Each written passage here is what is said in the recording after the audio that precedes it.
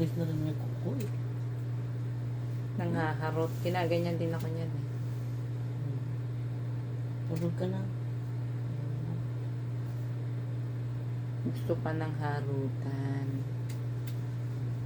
Tulog na. Yan.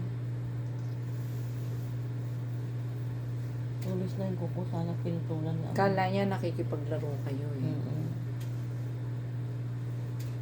Parang balak niya kanina, imamassage niya kayo. O, yan ganyan na. Maglalaro yan sa inyo. Pwede na siya hawakan.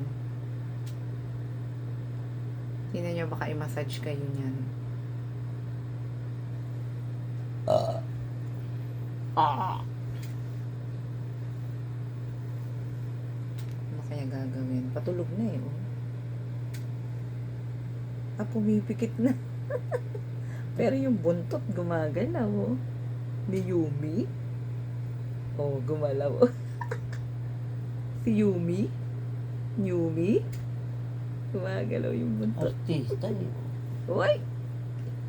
Abo si Yumi, oh. Yumi? Oh.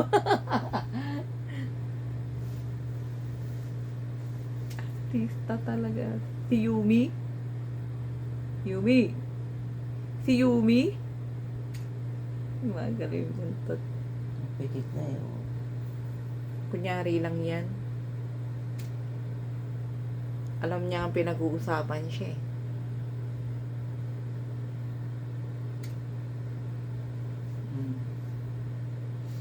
Tatawa ko din sa